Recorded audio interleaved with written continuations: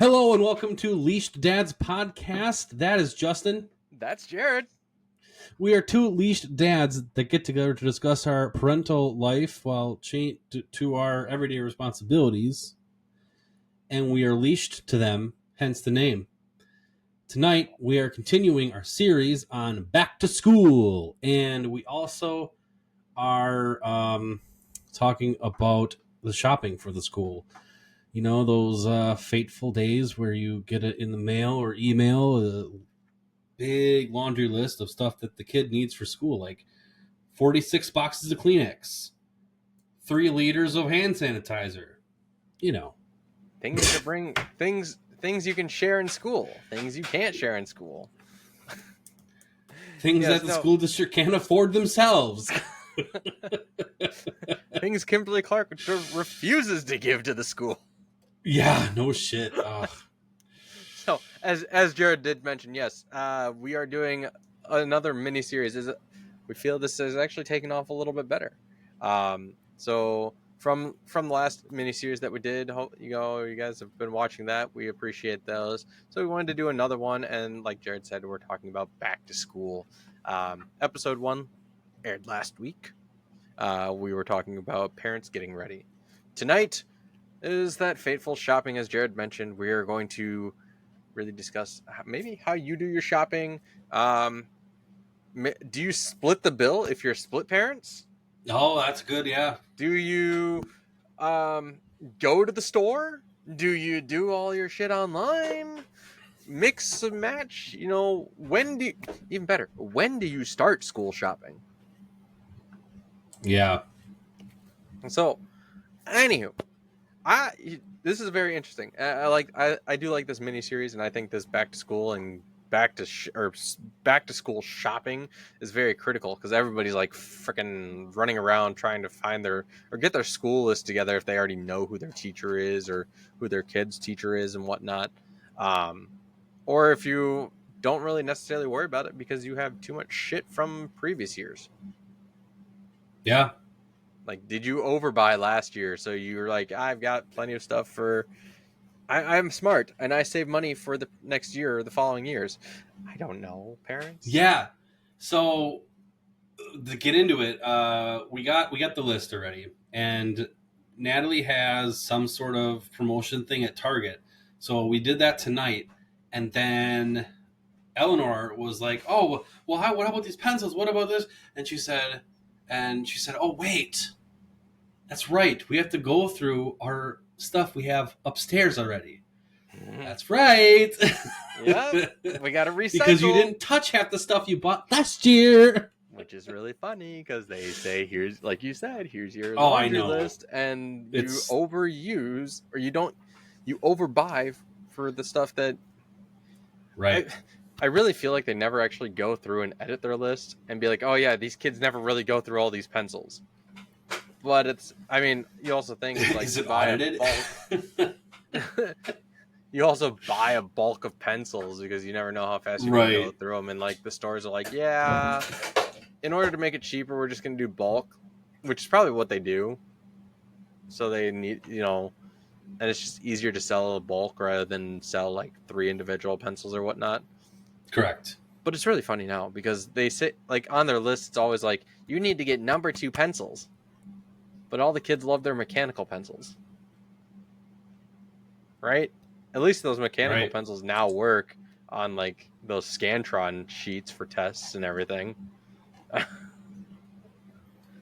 don't know. Maybe they always worked. It's just a conspiracy theory to sell number 2 pencils to people. With all the technology out there and all the ways to properly scan a document, you can't tell me that they're still requiring a certain type of pencil to put on a Scantron. This isn't 1998 anymore, guys. Come on. Hell, I wasn't even in high school at 1998. Thank you very much. I was only in second grade. We did our first Scantron exam in like 2002. It was 5th grade. It was that the first time we did that state issued WKCE testing stuff or WKCE. whatever. Is that what? WKCE, yeah, Yeah. whatever it is, just Yeah. to see how, yeah.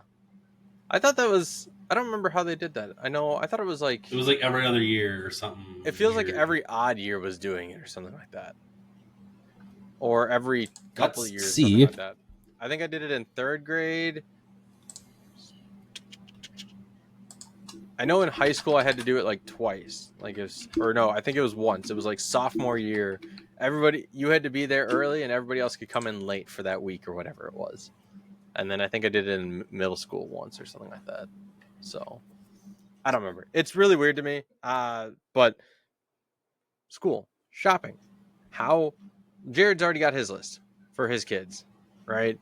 And first thing they're doing is running through what they already have from home that they can reuse or they haven't used. That's a good way to save money if you're looking at saving money or simply are financially struggling. Take a look at lists you have, or maybe see if somebody else has got stuff they don't need or whatnot. I know there's other places like Goodwill. I'm sure they probably have something. I know Target. I know the retail stores have actually started, like Walmart, for example, had jumped into back to school like freaking June or beginning of July here to get it out there already. So, and I heard they also have some Halloween shit out there already. Scary. Yeah. Messed up, but whatever. Are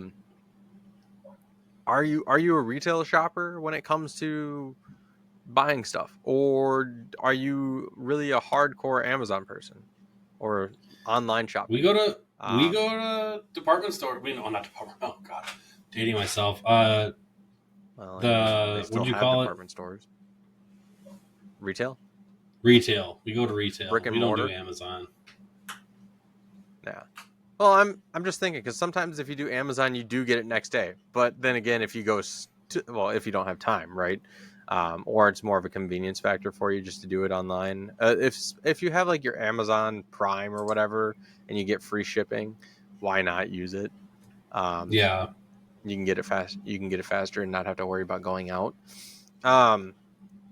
Sam and I, as parents, I mean, Sam does a lot of the school shopping anyways. Go figure, moneymaker of the house, right? Right. But do you split? With our eldest son, yes. Okay. Sam and Kane's dad do split the bill. Like she'll get the stuff, and then they'll kind of like they might even divvy up the list too, though. Like, all right, we'll get this, you guys get this for him. So it's not like necessarily saying, okay, I bought everything, now give me half of it or whatever. Right. It's just one of those things that it's like, all right, I will buy the notebooks, pencils, and whatever else, and then you buy this, and this. So how else do people split up their takes or their inventory if you have a split household? Do you just not care and be like, okay, I'm going to do it all for my kid just to have it done and not have to rely on the other parent? I don't know. I mean, households are different. Parents are different, especially if they think, if they're divorced for the fact of the other person's not reliable. Right? Yeah. I don't know. Every situation is different. Yeah. Growing up for me, it was always split. So one year, dad would do it. Next year, mom. Dad, mom, back and forth. Right. Yeah. That's not bad. No. So, I don't know what I'd ever do, if that ever happened, but hopefully it doesn't. Yeah. And when I put the ring on Sam's finger, and she told me before that, it was, you're going to be stuck with me for the rest of your life.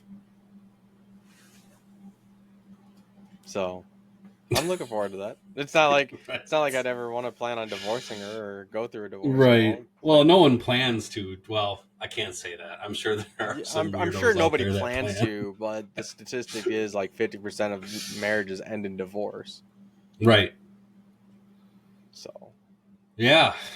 Anyway, so sorry for the depressing factor. Yeah, shit. Do you guys go for like the name brand stuff?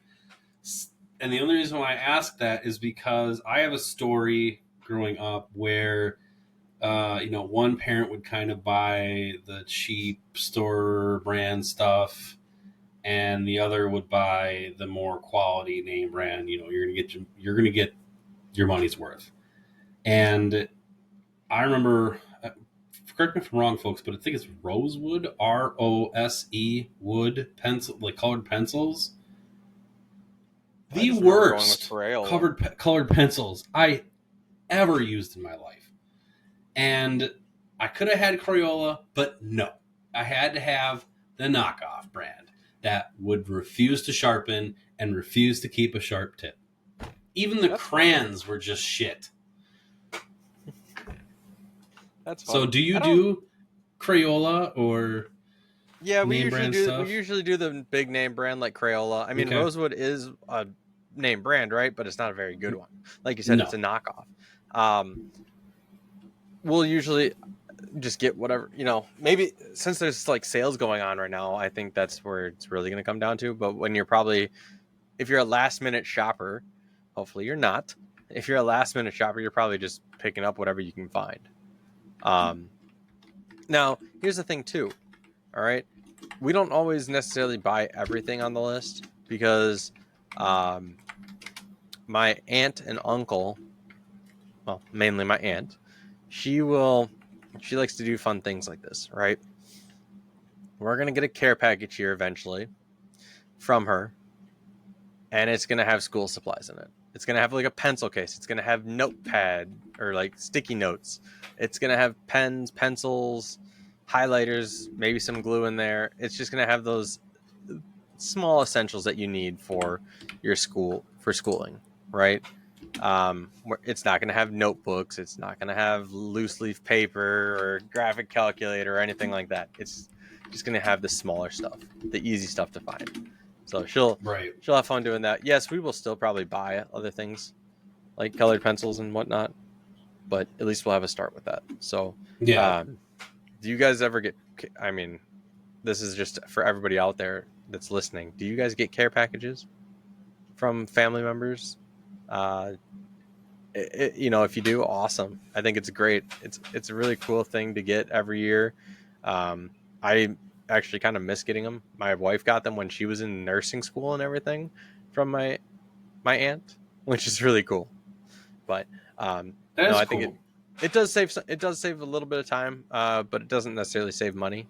It's just the thought that counts, being creative and whatnot. So I think shopping, do what's more convenient for you. If you're still one of those people or find what's better pricing. Amazon isn't always the cheapest price, right? It's just more of a convenience factor at that point, so you don't have to leave your house. I would seriously consider, though, trying to do a mix and match or like mix like a brick and mortar and online. But first, do your inventory count before you do start shopping, rather than wasting and stockpiling more. Because honestly, I think we could go through half our stuff and be like, yep, we have all this already. And then, maybe throughout the year, find more. Because I'm sure you could still find more. It's just they like to bring all the, like Walmart, for example, and Target, they just like to bring all the school supplies up front and at somewhat of a discounted rate. Whereas later on, they'll put it back in the regular spots and then do nothing. It'll just be regular price. So, and I've found for you retail people out there, the earlier you do it, the better the sales. The later you go, the more you're going to pay full price. Yeah, because and of course, obviously, once school started, all that's going to be discounted anyway. But you want to go like a month in advance, like we did tonight. Everything was like 50% off, so on and so forth at Target. So, yeah. It's just they know what they're looking for, or like they know. The retail stores, the retail stores. Actually, sometimes even at retail stores, you can find like they have some sort of like preset list too. Yeah, they have them in. Yeah, if you're not sure who your teacher is, they have some idea of what most grade levels would need. Just because I'm sure they've done research, right? It's like, okay, well, most commonly these are what 7th graders need, or fourth graders need, things like that. So if you guys are struggling or you're still waiting on that teacher or list from your teacher or whatnot, just go to the store, see what they have. Or maybe go onto Amazon and be like, back to school stuff. And they're going to probably provide you, obviously, you were looking at notebooks. Well, you might be interested in sticky notes or glue, or here's a bundle of items that can save you some money rather than creating your own bundle at Walmart or Target or wherever. So think about that. School shopping is, well, it's been around the corner. It's actually here, folks. You're walking down the alley now and the aisle, and it's time to start shopping. Get your kids back to school. It's going to be a good time. We'll see you all next week. See ya. For another part of Back to School miniseries.